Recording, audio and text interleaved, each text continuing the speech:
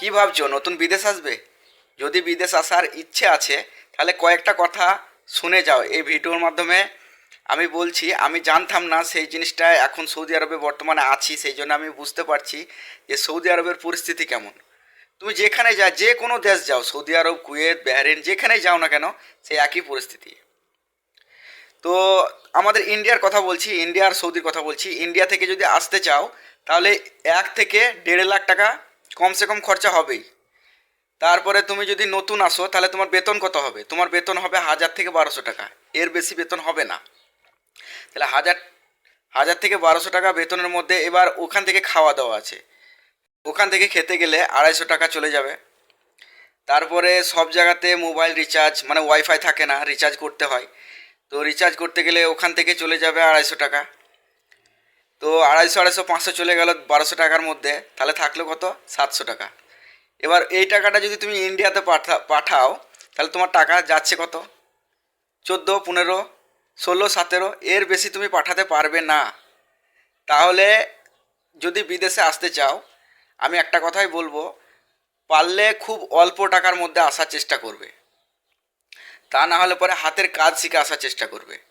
হাতের কাজ যদি শিখে আসতে পারো তাহলে একটা ফায়দা কি হবে, তুমি এখানে ভাষা জানো না, এখানে যদি হাতের কাজ শিখে আসতে পারো, সেরকম বেতনও যদি না দেয়, তাহলে তুমি এলে এখানে এসে ভাষাটা শিখতে পারলে, মানুষের সাথে আলাপ হলো, তারপরে তুমি খুরুজ মেরে বাড়ি চলে গেলে।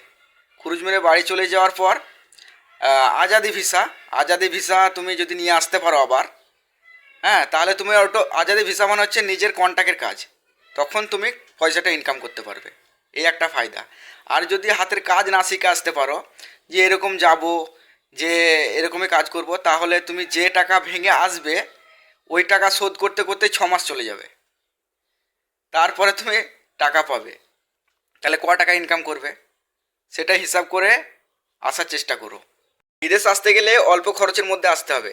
এবার অল্প খরচের মধ্যে আসবো কী করে? অল্প খরচের মধ্যে আসতে গেলে লোকাল দালালগুলো ধরলে হবে না, ডাইরেক্ট অফিস থেকে যোগাযোগ করতে হবে। কলকাতাতে আছে অফিস, মুম্বাইয়ে আছে, দিল্লিতে আছে, হ্যাঁ, সেগুলোর সাথে যোগাযোগ করতে হবে।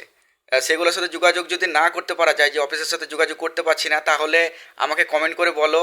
আমার একটা বন্ধু সৌদিতে ছিল, এখন দিল্লিতে অফিস করেছে, তার সাথে আমি যোগাযোগ করে দিতে পারবো। তাহলে তোমরা চেষ্টা করলে পরে অল্প টাকার মধ্যেই আসতে পারবে। অফিস থেকে যদি আসতে চাও তাহলে পয়সাটা অনেক সেভ হবে, কাজটা জেনুইন হবে।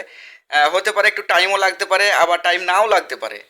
হ্যাঁ, অফিসে যখনই ভিসা থাকে তখনই তোমাকে জানিয়ে দিবে। তো যদি চ্যানেলটা ভালো লেগে থাকে তাহলে লাইক, কমেন্ট আর সাবস্ক্রাইবটা অতি অবশ্যই করো। আর আজাদি ভিসার জন্য যে বললাম, তো আজাদি ভিসা কোথা থেকে পাওয়া যায়, আজাদি ভিসা কি করে কাজ করতে হয়, হ্যাঁ, কি করে যোগাযোগ করবে আজাদি ভিসার ব্যাপারে, আমি সব কিছু এই ভিডিওর মাধ্যমে বলতে পারছি না। আমি পরে আবার আজাদি ভিসার জন্য আলাদা ভিডিও বানাবো। তাই তোমরা চ্যানেলটা সাবস্ক্রাইব করে রেখো। ভিডিওটা ভালো লাগলে লাইক করো। আর কোনো প্রয়োজন হলে পরে যে অফিসে যোগাযোগ করবে, এরকম যদি পজিশন হয়ে যায় তোমাদের, যদি বুঝতে না পারছো তাহলে কমেন্ট করে জানাও। হ্যাঁ, আমি যোগাযোগ করে দিতে পারবো। হ্যাঁ, যথেষ্টভাবে আমি চেষ্টা করব। তবে বিদেশ আসার থেকে দেশে যদি স্থায়ীভাবে কাজ করতে পারো তাহলে বিদেশ আসা দরকার নেই। বিদেশে এলে পরে হয়তো একটু টাকা বেশি হবে, কিন্তু তোমার এখানে সময়টা চলে যাচ্ছে, তারপরে তোমাকে আবার ভাবতে হবে যে আবার দেশে যে আমি কি করব। এইসব চিন্তা ভাবনা করতে করতে তোমার মাথা খারাপ হয়ে যাবে। তাই বলছি যে দেশে যদি কাজ পাও তাহলে দেশে কাজ করো, পয়সাপাতি ভেঙে বিদেশ ফালতু আসতে যেও না। দেশে অল্প টাকা হলে পরেও আস্তে আস্তে তুমি ঠিক বড় হয়ে যাবে। হ্যাঁ, আগে চেষ্টা করো দেশে কিছু করার, দেশে যদি কিছু না করতে পারো তাহলে বিদেশে চিন্তা করো।